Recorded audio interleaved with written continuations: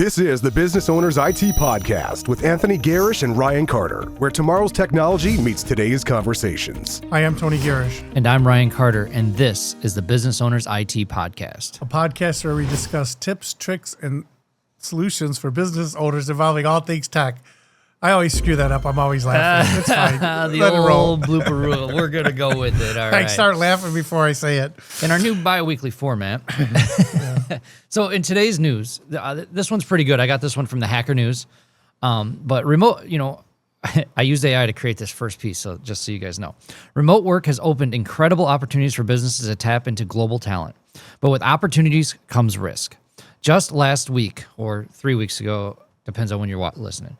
Just last week, the U.S. Department of Justice announced that 5 U.S. citizens pleaded guilty to helping North Korean IT workers infiltrate 136 American companies. These schemes generate millions for North Korea's regime and even compromised U.S. identities. This is not just a cybersecurity issue, it's a business survival issue. Tony? Oh, my God. Yeah. I mean, so, internally, internally remote workers, even for us, is like, I don't like it. I mean, so the idea of remote workers working somewhere else is bad. I don't care what anybody says.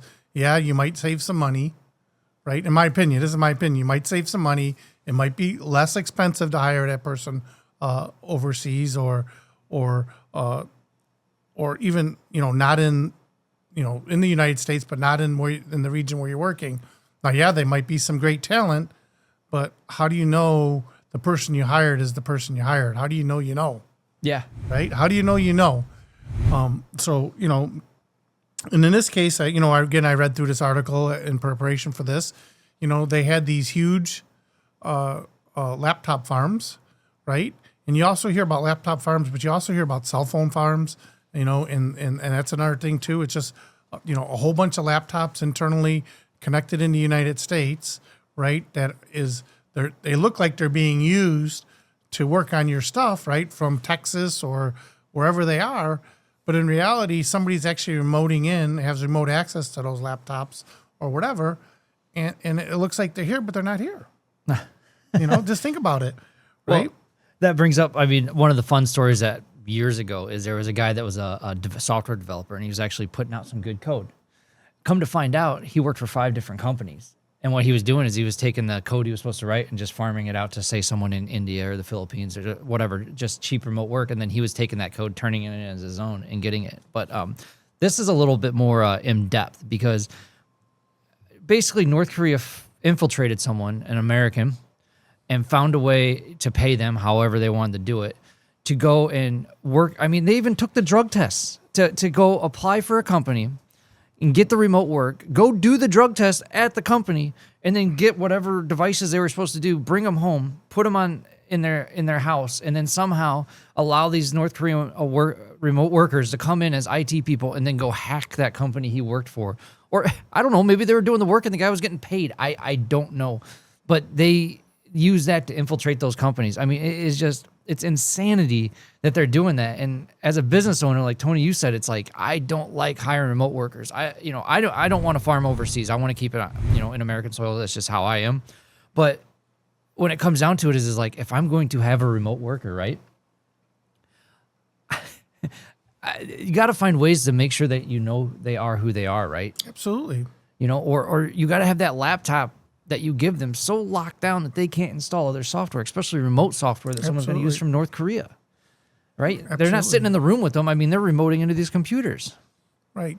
And as a business owner, and I say this all the time, and business owners sometimes can be frugal or they don't see, or they say, oh, that's not going to happen to me. But, if you have remote workers, they should be working on your hardware. They should be working on your computers. You should have a way to lock them out very quickly.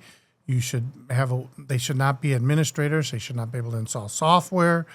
They should have 2-factor authentication so that that it's actually them and their cell phone that's actually prompting. And I'm not talking about SMS. I'm talking about, a dual push or a Microsoft push or something to a single device that they are when they're logging in, right? Yeah.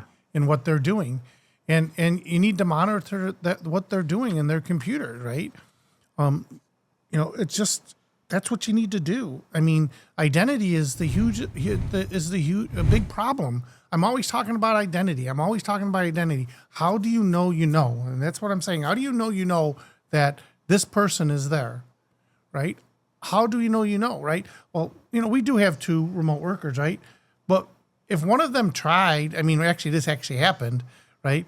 And I'm not going to mention who or whatever, but they went somewhere else with their computer, and we said, wait a second, we got notified right away. Why is your computer coming from a different country of origin? Well, they thought they were just going to go there, right? They thought they were just going to go there and work remotely and not tell us. Well, guess what? They got there and none of their shit worked, and it was a problem. And it was harmless, but it would have been just simple to say, like when I go out, right? Hey, I'm going to be in Mexico. Can you make sure that my computer is going to work? So, that knowing that identity and where they're at, it's very important. Extremely important. And having that device that you give them so locked down that they can only do their work. Yeah. That's where, again, we still haven't gotten paid. I'm trying, but like products like ThreatLocker to stop them from installing things, Absolutely. And I know for sure Cisco's not going to pay us, but Duo is another great product because it tells you exactly when they logged in, where they logged in from, the device they use. It's very, very in-depth. Right. Yeah. And the other thing is you need to meet these remote employees. How can you hire somebody without actually meeting them, like in person, right? In this case, they never met the people in person, right? And they wanted to use their own hardware, and they didn't match up the documents you need you need documents that show who you are. It's just amazing. And again, it's probably all financial. I don't know for sure, but it's probably all financial. They probably had a great resume, and they weren't asking for probably a whole lot of money. And they said, wow, this guy can do this. And boom, next thing you know. Yeah, get those Kim Jong-un Bitcoins, is what they were getting. So, but again, some of the stuff that was skipped too is like they didn't even do like a live, some of them didn't do a live video verifications. They just said, okay, yeah, you work for us now. Here's your laptop, or use your own. That'd be even better. Yeah, I'll use my own. Is that cool? Yeah, that's perfectly fine. Use your own laptop. Yeah. Another thing is training, right? So, a lot of companies have HR people that do the hiring and stuff, and, they have quotas and they need to fill positions, and, they get a great resume and they talk to somebody and it sounds good and everything is good, and, they recommend to hire them. You just need to do that a little bit more vetting. Vetting, yes. And that's my tip of the week. Let's verify who you're talking to, where they're coming from, and how they're using the equipment that you gave them. Yeah. It's your money. And my tip of the week is basically, you should own the hardware that they use. And, in these days, you probably should own the cell phone they use for business too and hook it up to mobile device management.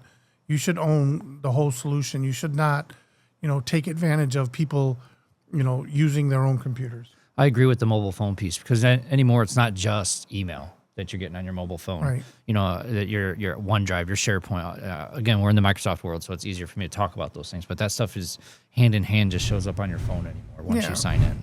Yeah, and the last thought is that remote workers can be great, right? Because you're not paying for the internet, you're not paying for the heat, you're not paying for the electric, you're not paying for all these things that come with having a brick and mortar and people working, and you might be able to get some talent that's not in your area if you're in in your area, but you still got to go through the same process. Like you're looking, when it comes to people who are using computers, you're looking at them, and making sure they are who they are. Yeah, and that's, let's not take away that we're poo-pooing on remote work here. We're just saying that you need the vet because we've got a few remote workers, and we have a lot of remote workers, and they're great.